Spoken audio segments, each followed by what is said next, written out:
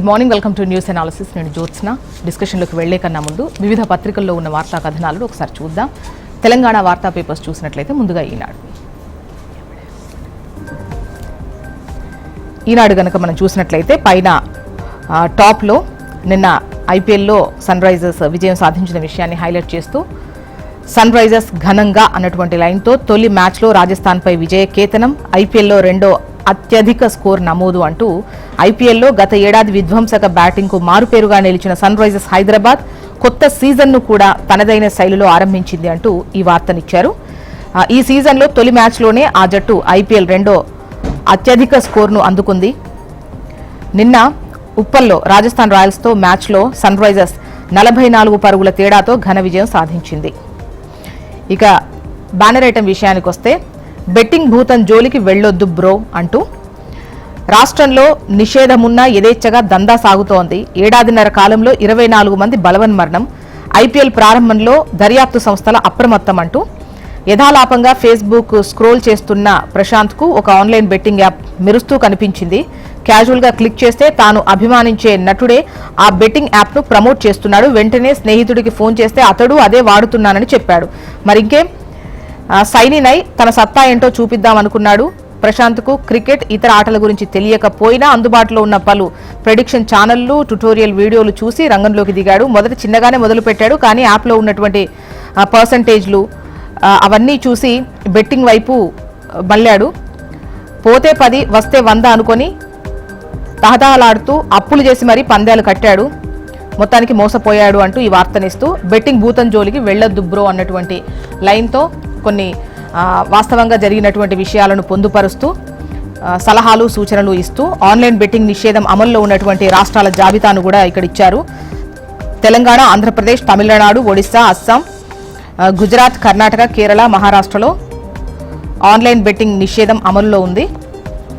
ఇక నెక్స్ట్ వచ్చేసి లెఫ్ట్లో గనక మీరు చూసినట్లయితే పరేషాన్ లేకుండా రిజిస్ట్రేషన్, పాస్పోర్ట్ తీరులో సమీకృత విధానం, కీలక సంస్కరణలకు సన్నద్దం, తొలుత హైదరాబాద్లో ప్రారంభం అంటూ ఆస్తుల రిజిస్ట్రేషన్లు మరింత వేగవంతంగా, పారదర్శకంగా, సరళతరంగా చేయడంతో పాటు ఆదాయం పెంపు లక్ష్యంగా కీలక సంస్కరణలకు స్టాంపులు, రిజిస్ట్రేషన్ల శాఖ సిద్ధమవుతోంది అంటూ ఈ వార్తనిచ్చారు.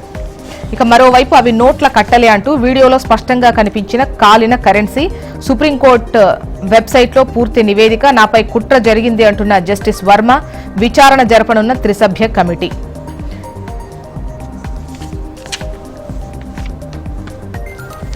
నెక్స్ట్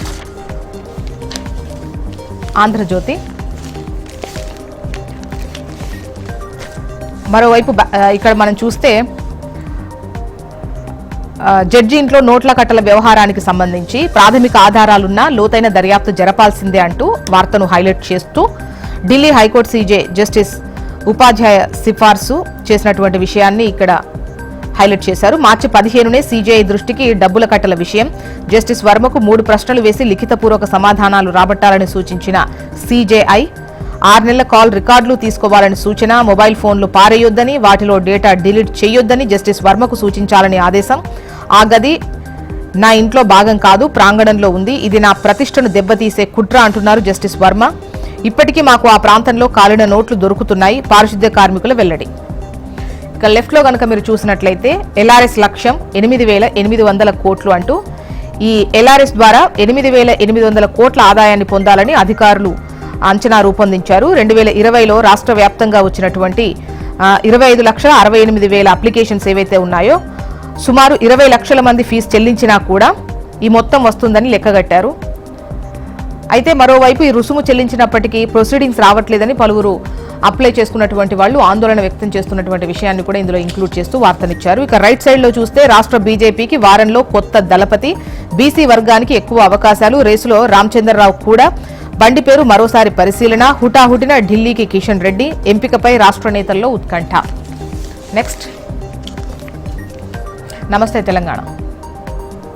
ఒక్క ఓటు శిక్ష 5 ఏళ్లు అంటూ బ్యానర్ ఐటమ్ను మీరు నమస్తే తెలంగాణలో చూడొచ్చు. ఇందిరమ్మ పేరిట ఎమర్జెన్సీ రాజ్యం, పోలీసు రాజ్యం, అణచివేత రాజ్యం, అసలు పని వదిలేసి బీఆర్ఎస్ వెంట పడుడే పోలీసులు పనిగా పెట్టుకున్నారు. మళ్లీ వస్తాం, హిసాబ్ కిసాబ్ తేలుస్తాం బీఆర్ఎస్ వర్కింగ్ ప్రెసిడెంట్ కేటీఆర్.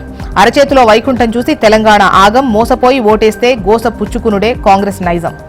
రైతన్నల డబ్బులు రాహుల్ ప్రియాంక ఖాతాల్లోకి టకీమని పడుతున్నాయి.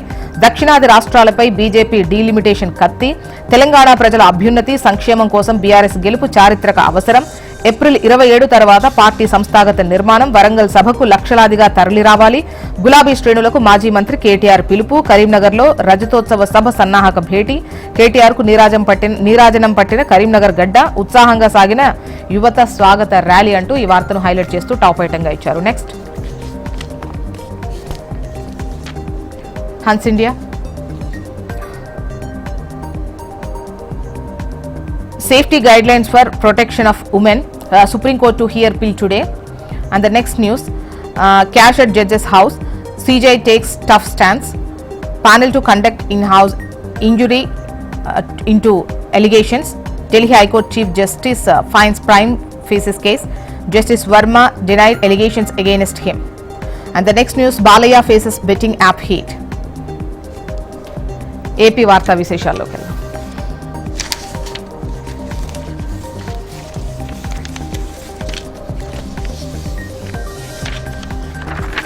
ఈనాడు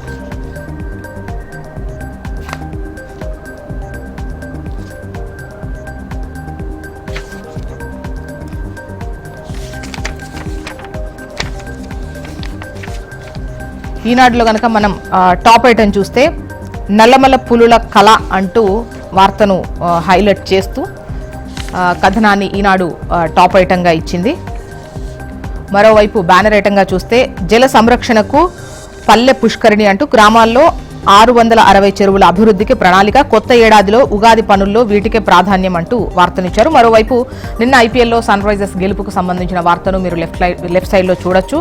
రైట్ సైడ్లో అవి నోట్ల కట్టలే అంటూ హైకోర్టు చీఫ్ జస్టిస్ ఇంట్లో అగ్ని ప్రమాదం సందర్భంగా ఏవైతే నోట్ల కట్టలు వెలువడ్డాయి అన్నటువంటిది అవి వదంతులు కాదు, నిజమే అంటూ అవి నోట్ల కట్టలే అని వార్తను హైలైట్ చేసింది ఈనాడు. వీడియోలో స్పష్టంగా కనిపించిన కాలిన కరెన్సీ. సుప్రీంకోర్టు వెబ్సైట్లో పూర్తి నివేదిక. నాపై కుట్ర జరిగింది అంటున్నారు జస్టిస్ వర్మ. విచారణ జరపనున్న త్రిసభ్య కమిటీ. ఆంధ్రజ్యోతి చూద్దాం. నదులు విలవిలా అంటూ వ్యర్థాలు, మురుగునీటితో జలాలు కలుషితం. సిక్కోలు నుంచి అనంత వరకు ఇదే పరిస్థితి అంటూ వార్తను హైలైట్ చేశారు. మరోవైపు బ్యానర్ ఐటమ్ విషయానికి వస్తే హైకోర్టు చీఫ్ జస్టిస్ ఇంట్లో ఏవైతే నోట్ల కట్టలు అన్నటువంటి వార్తలు ఉన్నాయో దానికి సంబంధించి ప్రాథమిక ఆధారాలు ఉన్నప్పటికీ లోతైన దర్యాప్తు జరగాల్సిందే.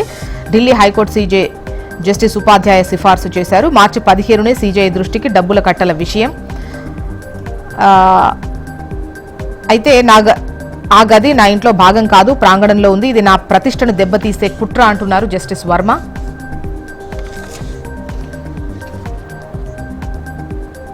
రెవెన్యూలో ఫండ్ పట్టాడు అంటూ వార్తనిస్తూ సర్కారుకు తెలియకుండా 350 డీటీ పోస్టుల సృష్టి. 175 మంది జూనియర్లకు అక్రమంగా పదోన్నతులు అంటూ వార్తను ఇస్తూ కథనాన్ని హైలైట్ చేశారు. సాక్షి. సిండికేట్ లూటీ అంటూ బ్యానర్ ఐటమ్ను మీరు సాక్షులు చూడొచ్చు. రాజధాని టెండర్లలో సన్నిహితులైన కాంట్రాక్టర్స్తో ప్రభుత్వ పెద్దల కుమ్మక్కు. సిండికేట్కు పనులు కట్టబెట్టేలా బిడ్ కెపాసిటీని ఫిబ్రవరి 10న పెంచేసిన సర్కార్ అంటూ వార్తను హైలైట్ చేశారు. రైట్ సైడ్లో కనుక మీరు చూసినట్లయితే అకాల వర్షం అపార నష్టం అంటూ తీవ్రంగా నష్టపోయిన అరటి రైతులు. మొత్తానికి ఇవి ఇవాళ వివిధ పత్రికల్లో వచ్చినటువంటి వార్తా కథనాలు. ఇప్పుడు ఒక చిన్న బ్రేక్ తీసుకుందాం. బ్రేక్ తర్వాత డిస్కషన్లోకి వెళ్దాం. Stay tune.